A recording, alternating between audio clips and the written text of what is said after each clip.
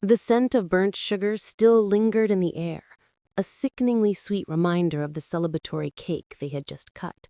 But the real victory being toasted was a lie. I watched them, my best friend, Elias, and my chief technology officer, Sienna, clinking champagne glasses across the conference room table, their smiles wider than the gap in my company's patent defense. And in that moment, the world didn't just slow down, it fractured.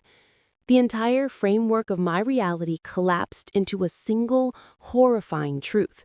They had taken it all. For 3 years, I had poured everything into the Kronos project, an algorithm that could predict market shifts with a 99% accuracy, the financial holy grail. The late nights, the canceled birthdays, the silent, relentless devotion. And now, at the official launch party, they were celebrating their brilliance. Their new multi-million-dollar venture built entirely on the code I had written. Elias, the one I trusted with my life, had incorporated a shell company 3 months prior. Sienna, the one I trusted with my source code, had simply walked out with the files, using a backdoor she'd installed under the guise of an optimization update. The legal documents confirming their theft, a beautifully executed surgical corporate coup, had been slid under my office door just 30 minutes ago. It wasn't just theft. It was a profound personal assassination. They had not merely taken my invention, they had stolen the life I was supposed to have, leaving me with nothing but the echo of their betrayal and the cold, empty feeling of a vacuum where my future should have been. I took a final long sip of my water, letting the ice numb my throat, and then I stood. I didn't yell. I didn't even speak. I simply offered them a serene smile, a ghost of the friend and colleague they thought they knew, and walked out. I didn't grab my coats or my laptop bag. I left everything, deliberately, as if I were merely stepping out for a breath of air. The office I had designed, the company I had built from a coffee-stained and napkin sketch, it was all contaminated, worthless. As the elevator doors hissed shut, I saw Elias's face, a flicker of concern crossing his triumphant mask. He didn't know I knew. He thought I was just overwhelmed by the success he had claimed. Good. Let him believe the lie just a little longer. I drove for hours that night, the city lights blurring into streaks of abstract color. The rage that should have been hot and consuming was instead a cold, clear, mineral certainty. It was not a fire, it was a glacier, moving with inevitable, grinding force. My first destination was a small windowless data center I owned on the outskirts of the city, a private server farm I used for side projects, one they knew nothing about. By 4 a.m., I was hunched over a screen, my fingers flying across the keyboard, not in grief, but in a state of clinical, terrifying focus. I didn't need the Kronos project back. The original code was already compromised. I needed something new, something better, something terminal. Elias and Sienna's new company, Apex Dynamics, was still in its infancy, its massive investment rounds fueled entirely by the stolen algorithm's promise. I had 6 weeks before their public launch, 6 weeks until the world saw the genius that wasn't theirs, 6 weeks to execute a strategy so meticulous, so devastating, it would not only erase them from the financial landscape, but ensure their professional reputations were so irrevocably poisoned they could never work in this industry again. My new project, born from the ruins of my betrayal, was codenamed Ether. It wasn't about prediction. It was about manipulation. It was a phantom, an invisible hand designed to subtly, almost imperceptibly, shift the public perception of financial data, specifically targeting the key metrics Elias and Sienna would use to woo their initial massive corporate clients. While they were busy polishing their stolen code, I was weaving a web of informational dissonance around them. I bought dark data, I manipulated small news feeds, I planted conflicting reports, all minor, plausible leaks that would create a tiny, nagging doubt in the minds of the people who mattered most. The next few weeks were a relentless blur of coding and silence. I rented a small, nondescript apartment downtown, paying in cash. I broke contact with everyone. When the first frantic calls came, Elias feigning concern, Sienna playing this sympathetic former colleague, I simply sent a single detached email. I need time. I'll be in touch.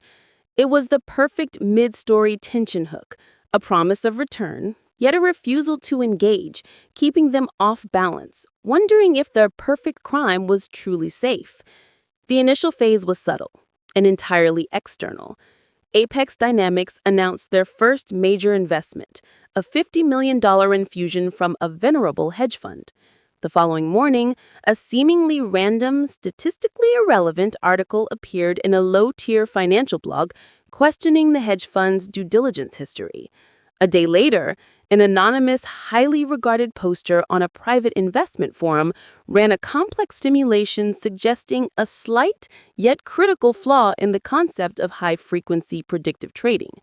None of this was directly tied to Elias or Sienna, but the atmosphere around their first major success was now slightly off. A faint chill of doubt had settled in the room. My next step was to go internal. I began the process of infiltrating their system, not to retrieve my code, that was a past I was done with, but to install a single, silent Trojan, a Trojan designed to wait. I had built my revenge like I built the algorithm, one meticulous line of code after another. But as I watched the live financial tracker blink green, confirming a successful, undetected breach, a single, impossible red warning flashed on my other screen. System access alert. IP address, Elias's apartment. My breath hitched. He was online too. Right now. He was in his office, his living room, maybe the same place where he used to share a pizza with me while we debated the future of my patent. I held my breath, waiting for the system to lock me out. But it didn't. Elias wasn't monitoring their security. He was likely just running a diagnostic on the system he now thought was his. This mistake, his arrogance in believing his victory was absolute, was the key to my final maneuver. I quickly adjusted my payload, adding a time delay trigger. It wouldn't just wait for the public launch. It would wait for the perfect public launch, the one they thought would be their crowning moment. The 6 weeks evaporated.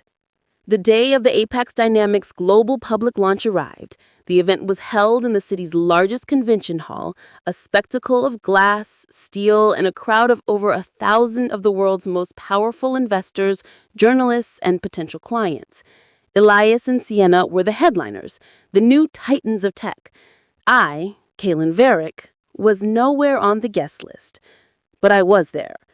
I sat in the darkened upper balcony, wearing a borrowed suit and an expression of complete indifference. They thought I was broken, drowning my sorrows, maybe trying to rally some useless legal defense. They thought I wanted money or a public apology. They were wrong.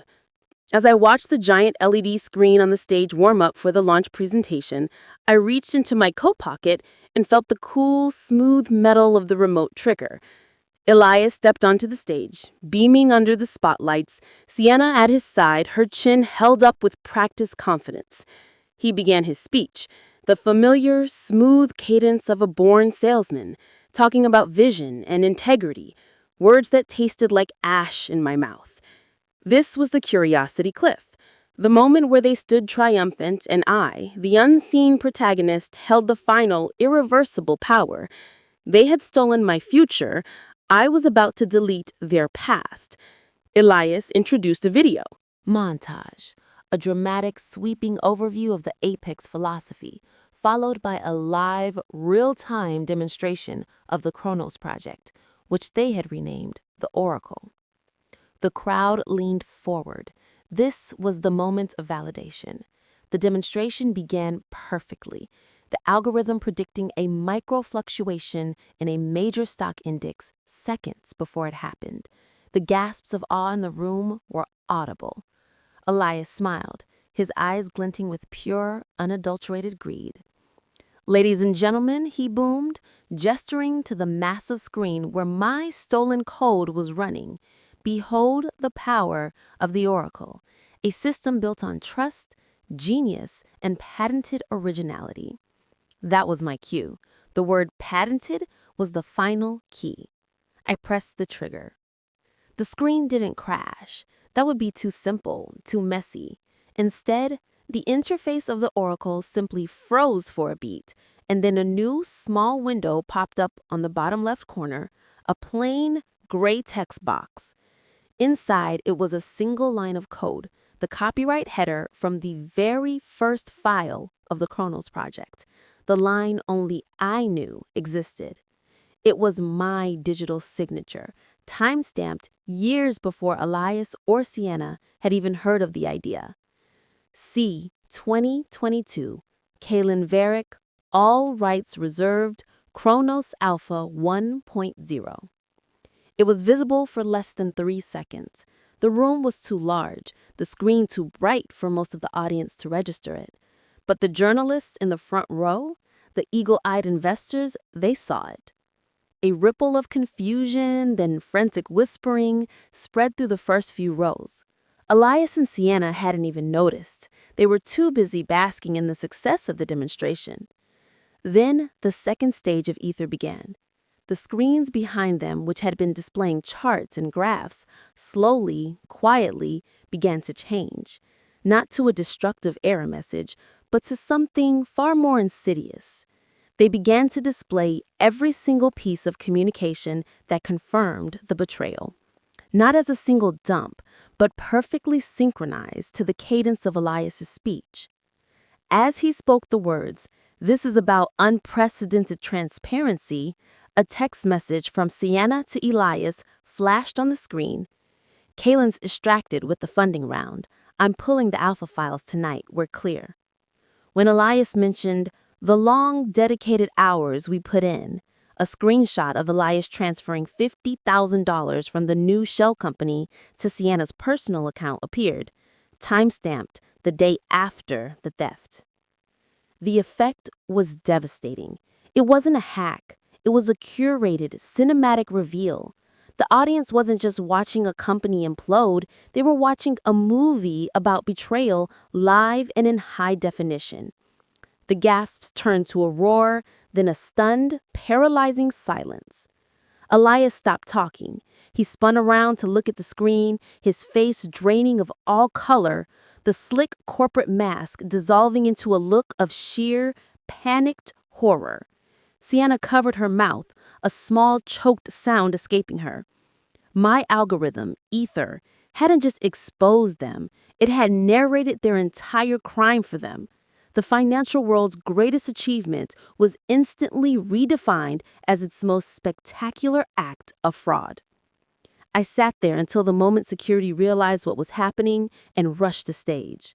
I watched Elias try to cover the screen, Sienna flee, and the entire convention hall erupt in chaos. The roar of the crowd was my final applause. I quietly rose from my seat, walked out the back door, and hailed a taxi. I had no company, no office, and no savings left, but I had the Chronos project, which was now irrevocably branded as stolen goods, impossible for anyone else to claim. More importantly, I had protected my most valuable asset, my ability to build something new. Elias and Sienna, on the other hand, had lost the trust of every single person in that hall. Their investment was immediately pulled. Lawsuits were filed before the sun set. They were financially ruined, and their reputations were permanently toxic. They could never run a company again. 6 months later, I sat in a sleek, minimalist office overlooking the bay, the new headquarters of Varrick Systems. No one knew the full story of my revenge, only the headlines of the colossal, humiliating collapse of Apex Dynamics. They only knew that Kaelen Varrick, the true genius, had somehow survived. I hadn't filed a single lawsuit, I hadn't demanded a penny, I had simply waited for their greed to give me the perfect opening, and then I delivered the cold, clean, permanent truth.